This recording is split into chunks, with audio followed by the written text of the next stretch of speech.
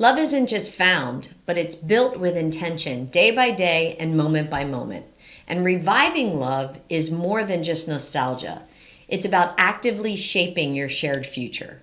Oh, that's so sweet. We're talking about love lessons today. You know, in a world where relationships often drift apart, and we see more and more of that in retirement, finding a way to consciously weave love back into the fabric of your partnership really can redefine the meaning and strength of your relationship. You know, in our journey, we've learned that love isn't static. It doesn't just kind of happen by itself, but it's really a dynamic adventure that we both invest in every single day. You know, letting love fade away is not just a loss of romance, but a missed opportunity for a lifetime of companionship and growth. Neglecting to nurture your relationship can lead to a path of disconnection and regret. And we do see that as people age. And we want you to take these lessons to heart. We want you to start your journey today to rekindle your love. I mean, if you've grown apart a little bit, remember what it was like when you first met. Because today, going forward, every step that you take really is a step closer to a deeper, more fulfilling connection. We take those steps every day. I mean, we try to get... Every day is probably a big leap. Okay, every other day. Once a week, we take steps towards tightening up our relationship. You know, your relationship revival is not just a testament of your love, but a beacon of hope and inspiration for others. Rekindled love is a celebration of life's second chances. Now, you might be thinking your relationship is stale and you've given up hope. And your partner's given up hope. Listen, things can get stale. Sometimes they get stale for us. We're married 17 years. It takes effort to keep excitement and passion and what else? Well, to keep us, I mean, it's just something you need to work on. It just, you know, listen, if you've been working, when we left our careers after 38 years, we were caught up in all sorts of stuff. We weren't really focusing on our relationship like we should have. Now it's a priority. Absolutely. And today we're going to give you some strategies that'll help you light a fire again. Right. So if you're new here, I'm Mark, and this is my lovely wife, Jody. And we don't focus on the financial aspects of retirement, but rather lifestyle, health, relationships, and more. So hit the subscribe button. That way you're notified when a new video comes out. But more importantly for us, we really want to get as many people on our channel as possible because then we know their lives are getting better. So share this video with one of your friends who you really care about. We think this is a really good one to help every couple, even if things are super. So I just thought of this. My friend Terry, he was married to the same woman 3 times. I don't know if I'd advocate for that. No, but here's the thing. He was married to her, I think, for 5 years. They fell apart. They got divorced. They got married again for 7 years. They broke up, fell apart. They got married for the 3rd time. And the 3rd time was for 20 years. And counting. No. Oh, they broke up again? No, she passed away. Oh, I'm sorry. I didn't know that. She passed away. Passed away about a year ago. But the love that they had, the fights they had were probably amazing, not really healthy, but the last 20 years of his life, he tells me, with this woman was absolutely just amazing. So to be able to get divorced twice, and I think he was married to someone else in the middle too, but to survive that and to come back, there's hope. There's hope for all of us. If he can do that, we certainly can, if we're in disagreement about some things, find a way back. Absolutely. And I think you'll find the topics that we're going to bring up today are mainstay topics in lasting communications, but they might be ones that you just have to rekindle. So why don't we get started? Okay. And don't forget, there's a link below for our relationship toolkit, which is a great tool for you to use with your partner or spouse to rebuild your overall relationship with them. But the first thing we want to talk about is open and honest communication. Really, it's the cornerstone of a revived and vibrant relationship. You know, there is importance in being vulnerable and also being open when you're talking about this piece of communication. And you want to have regular, meaningful conversations. You want to practice non-judgmental listening.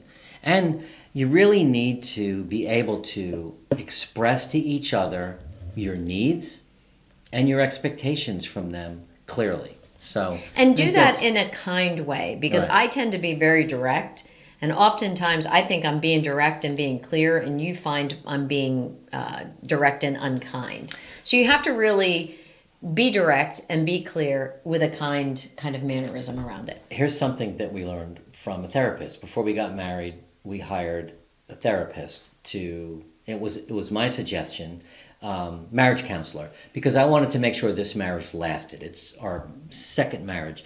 And he said, through some counseling, he said, neither, you guys are in love. I love it. I love what's happening. And would either one of you ever say something on purpose to hurt the other person's feelings? And the answer is no. So I think about that a lot, when you're being direct, I'm thinking, well, she's not really trying to hurt my feelings. No, right. But even though it does hurt my feelings, that's on me, not on you.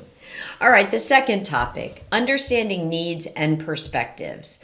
Building a bridge of empathy and compassion is very important. Acknowledging and validating each other's feelings is also very important.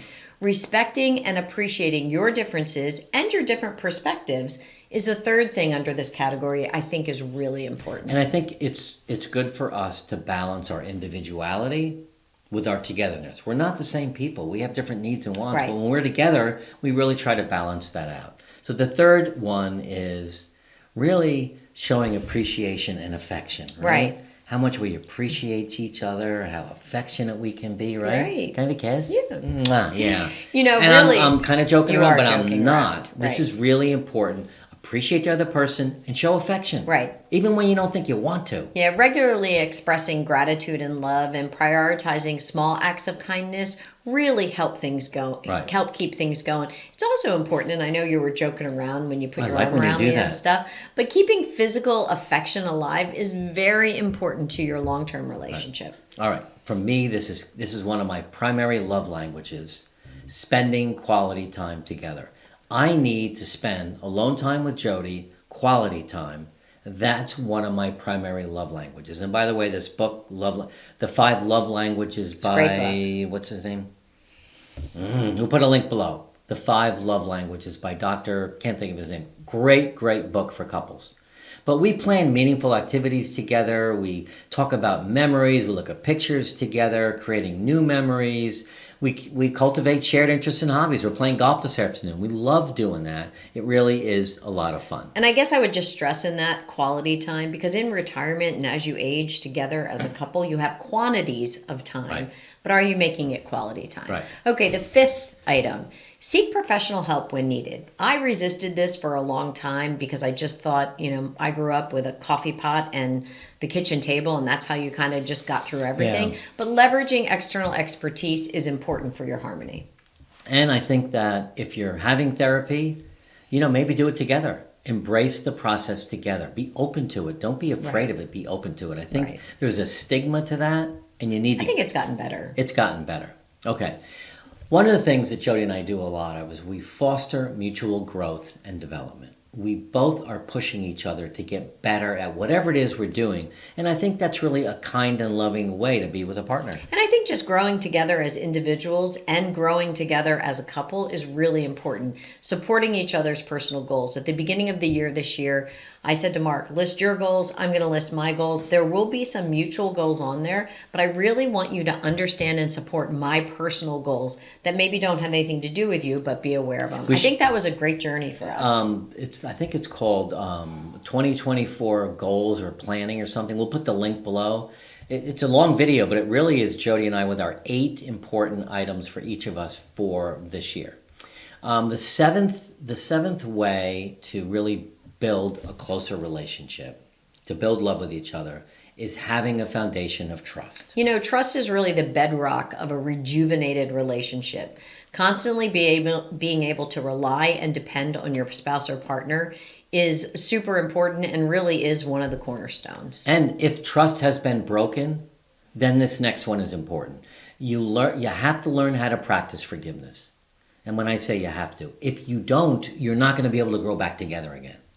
Learn a way to forgive the other person for whatever it was. Learn to let go and move forward together. Yeah, understanding the power of forgiveness really has some healing properties in it. I'm not a great forgiver, and I know that about myself. So I kind of lead with that, and then I have to work backwards to really eliminate any of the trust issues. Right. Okay. The ninth one is creating these shared goals and visions, aligning your dreams together for your shared path. Discussing and setting mutual goals and planning for any endeavors together is really important, along with celebrating the milestones of any of your achievements. Yeah, and this is really important for us. We talk a lot about the future. You know, I'm 66, I'm almost 67. I plan on living to 100. I'm going to be physically independent at the age of 90. We're talking about 3 more decades of living together. Right. We want to plan fun things. We have this August we're going on safari. We're so excited about that. But that's a shared vision that we had for our life, so we're bringing it into reality. Number 10, the last one, is really finding a way to maintain independence and personal space. While that's like, well, how does that grow you together? I need alone time. I need my own space sometimes. We live together, we cook together, we eat together, we work together. We're together a lot. We're playing golf together.